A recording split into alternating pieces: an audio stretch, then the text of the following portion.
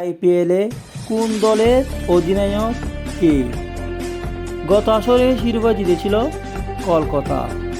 কারো অধিনায়ক হওয়ার অনুমতি ছিল, আবার কেউ দিয়েছে চমক।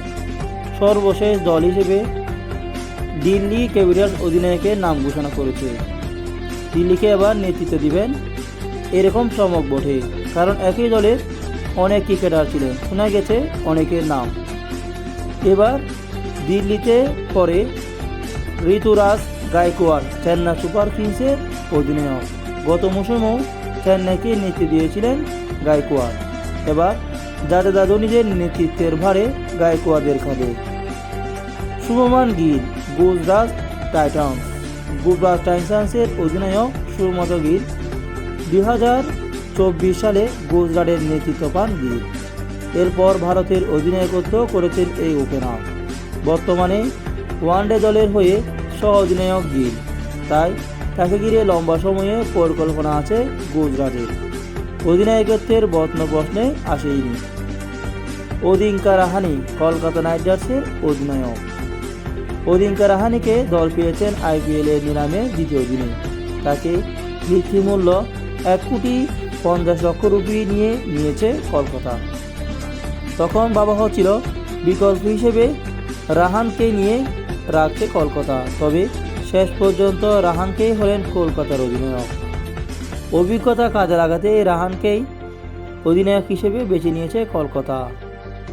ঋষভ পন্ত লক্ষ্য সুপার জায়ান্টস। গত কয়েক মাস ধরে দিল্লিকে নেচে দেওয়া শুভম পন্ত এবার লক্ষ্যের অধিনায়ক। ব্যাটসম্যানদের পাশাপাশি অধিনায়ক হিসেবেও লক্ষ্য পন্তকে বিবেচনা করেছে। সে কারণে নিলামের পন্তের পিছনে 27 কোটি রুপিও ঢেলেছে অক্ষর প্যাটেল দিল্লি ক্যাপিটালস। পন্তের শূন্যস্থান দিল্লিতে পূরণ করেছেন অক্ষর। দিল্লি ক্যাপিটালসের অধিনায়ক হিসেবে গত বছরে অভিষেক হয়েছে অক্ষরের। পন্ত ওভারের রেটের কারণে পন্ত 1 মাস নিষিদ্ধ থাকায় রয়্যাল চ্যালেঞ্জার বেঙ্গালুরুর বিপক্ষে দলকে নেতৃত্ব দেন অক্ষর। 31 বছর বয়সী এই অলরাউন্ডার এবার স্থায়ীভাবে অধিনায়কের দায়িত্ব পেলেন। হার্দিক পান্ডিয়া মুম্বাই ইন্ডিয়ান্স। গুজরাট থেকে অপ্রকাশিত বড় অঙ্কের চুক্তিতে মুম্বাই হার্দিককে গত মৌসুমে দলে ভিড়িয়েছিল। সে সময় রোহিত শর্মা সরিয়ে তাকেই দলের নেতৃত্বের বাটন দেন হয়। এবার মুম্বাইয়ের নেতৃত্বে থাকছেন এই অলরাউন্ডার।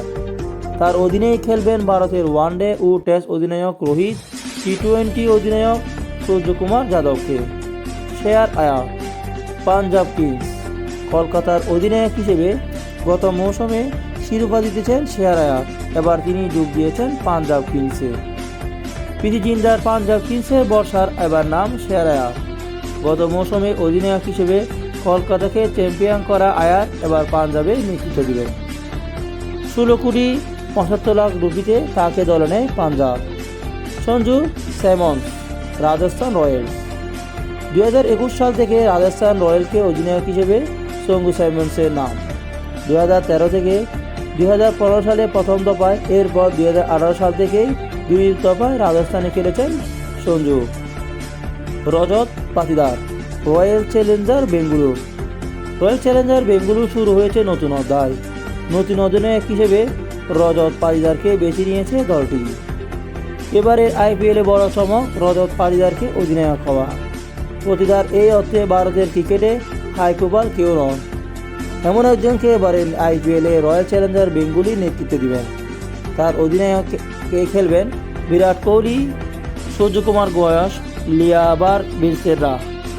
প্যাট কামিন্স সানরাইজ হায়দ্রাবাদ।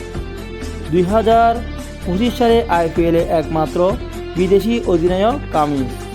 2023 সালে ওয়ানডে বিশ্বকাপ জেতায় এই অধিনায়কের অধীনে গত মৌসুমে ফাইনাল খেলেছিল হায়দ্রাবাদ।